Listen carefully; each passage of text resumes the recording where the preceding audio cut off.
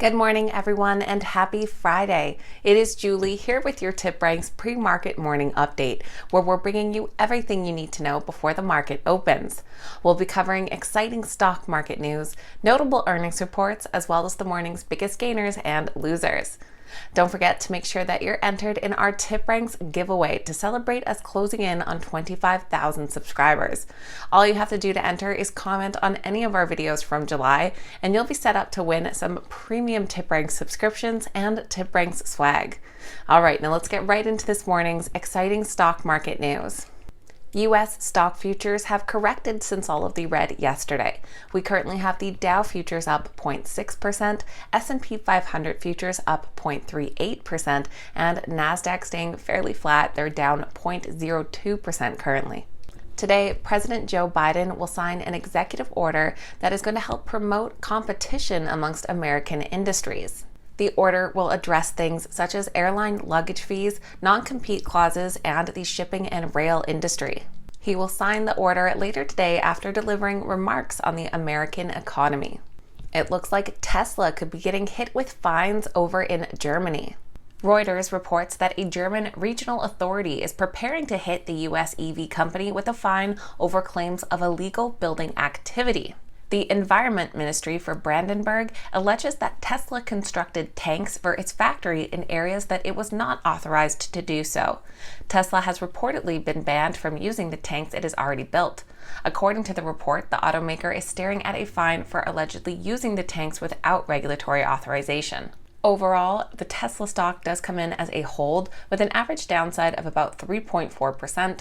And if we just look at our top analyst ratings, it comes in as a moderate buy with an upside of nearly 20%. Beyond Meat has announced the launch of their award-winning Beyond Chicken Tenders, which will be available in select restaurants nationwide.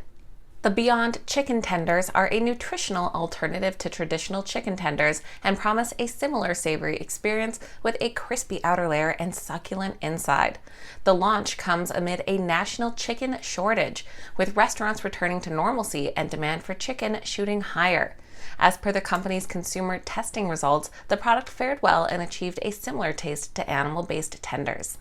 Analysts do not seem to be feeling the love for Beyond Meat, however. We don't have many recent ratings, and overall the stock comes in as a hold with a downside of nearly 14%. Multinational tech company CSCO has completed the acquisition of event technology platform SocioLabs. Post-buyout, SocioLabs will become a part of Cisco's WebEx cohort. The addition is expected to be beneficial to Cisco in terms of customizable and inclusive offerings. Notably, access to actionable data insights on customers can aid Cisco to further enhance their offerings in the future. Analysts rate their stock a moderate buy with an average upside potential of 5%. And all of the power just went out in my house, so one sec, guys. And it does seem that my power is staying out. So we have the window open for some natural light. I know it's not quite the same, but anyway, home building company KB Home has announced an increase to their share repurchase program. Their board of directors increased the company's repurchase authorization to up to 5 million shares from approximately 2 million shares previously. The buyback plan comes with no expiration date, and repurchases will be carried out as and when determined by KB Home. Along with this plan, they also declared a quarterly cash dividend of 15 cents per share payable on August 19th. Analysts rate their stock a moderate buy with an average upside potential of 41%. And Wells Fargo has decided to stop offering new personal lines of credit and close existing ones.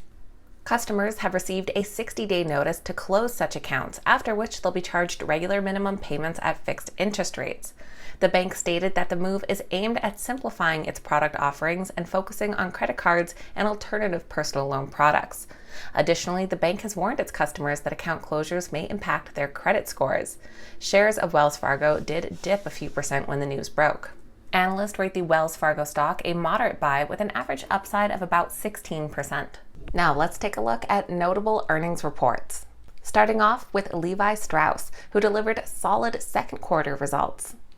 The jeanswear company reported revenues of $1.28 billion, surpassing Street's estimates of $1.21 billion and jumping 156% from the year-ago period. Their net revenues via digital channels grew 75% year-over-year. Earnings came in at 23 cents per share, beating estimates of just 8 cents per share, and a loss of 48 cents was reported in the same quarter last year.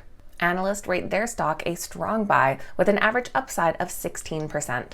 We also heard from Helen of Troy, whose shares did slip despite a strong quarter based on some lower than expected 2022 outlook.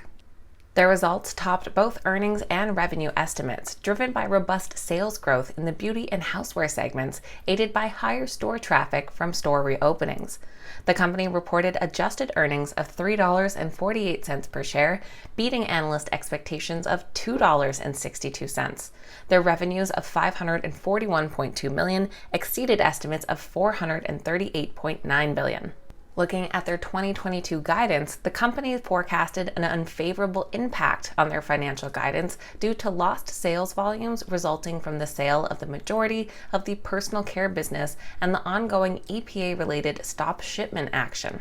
They just have 2 analyst ratings on their stock, currently coming in as a hold with an average upside of 2%. Now let's take a look at which stocks are this morning's biggest gainers and losers. And with no power, I apologize, I won't be able to show any charts, but our biggest gainers this morning are led by Tough Built Industries under TBLT, currently up 61%, followed by Carver Bancorp under CARV, currently up just shy of 26%, and Reshape Life Sciences under RSLS, currently up about 20%.